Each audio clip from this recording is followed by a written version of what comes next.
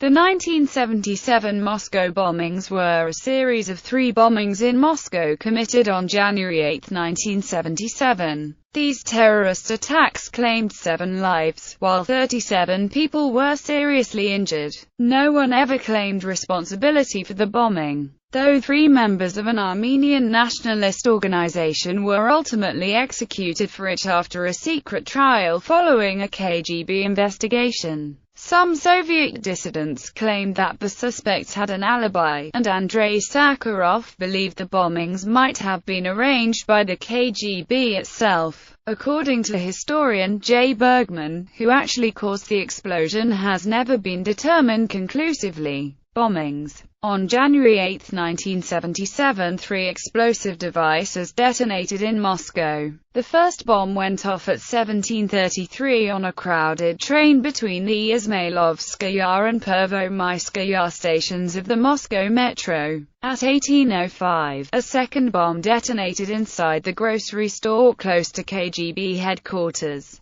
5 minutes later, the third bomb exploded near yet another grocery store on the 25th of October Street, just a few hundred meters away from Soviet Communist Party headquarters. On February 8, 1977, Izvestia, an official newspaper of the Soviet government, reported that the attacks had resulted in 7 deaths and 37 injuries. Investigation. The official investigation was conducted by the KGB, rather than the Moscow police. An initial suspect, named Potapov, was arrested in Tambov after setting off an explosive device which killed his neighbor's wife and 2 daughters. After being arrested, Potapov confessed that he was also behind the acts of terrorism in Moscow. However, this turned out to have been a forced confession, and after an investigation lasting 1 month, this lead was dropped by KGB operatives. In October 1977, alleged proof of Armenian involvement was received. At the Tashkent airport,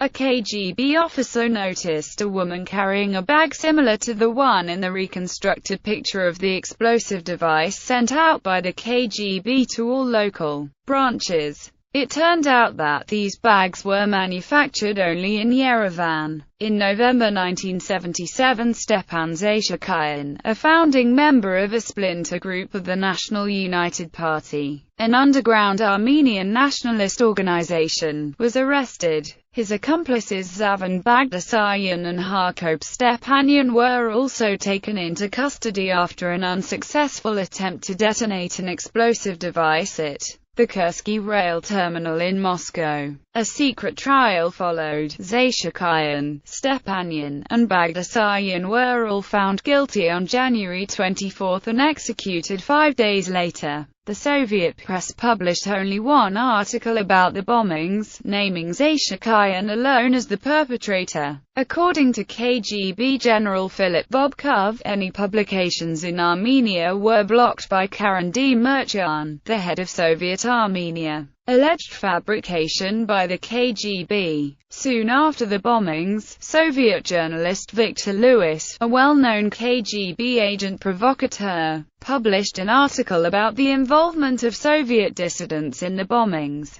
After learning about this article, Andrei Sakharov wrote an appeal to world community, in which he requested an impartial investigation and suggested that the bombings might have been arranged by the KGB itself to discredit the entire Soviet dissident movement. He stated, "I have serious grounds for concern." This is the provocation article in London Evening News by Victor Louis. These are arrests and interrogations of people who are clearly not related to the bombings. These are murders of last months, probably committed by the KGB, which were not investigated. It is enough to mention only 2 of them: murder of poet Konstantin Bogatyrev and murder of lawyer Evgeny Brunov. After this statement, Sakharov was not only attacked in Soviet newspapers but also received threats by phone. Several people tried to break into his apartment, claiming to be relatives of those killed in the metro. On February 1, 1979, the Moscow-Helsinki group made an official statement on the execution of Stepan Zaishakayan and 2 other unnamed individuals, which concludes, The lack of transparency and the whole atmosphere of secrecy give reasons to doubt the validity of charges, objectivity and impartiality of the court. According to Soviet dissident Alexander Tarasov, he was indeed interrogated by a KGB investigator at this time. The KGB investigator tried to convince him that it was actually him who brought the bomb. "Unless I had 300% alibi, it would be me who was executed instead of Zaishakian," he said.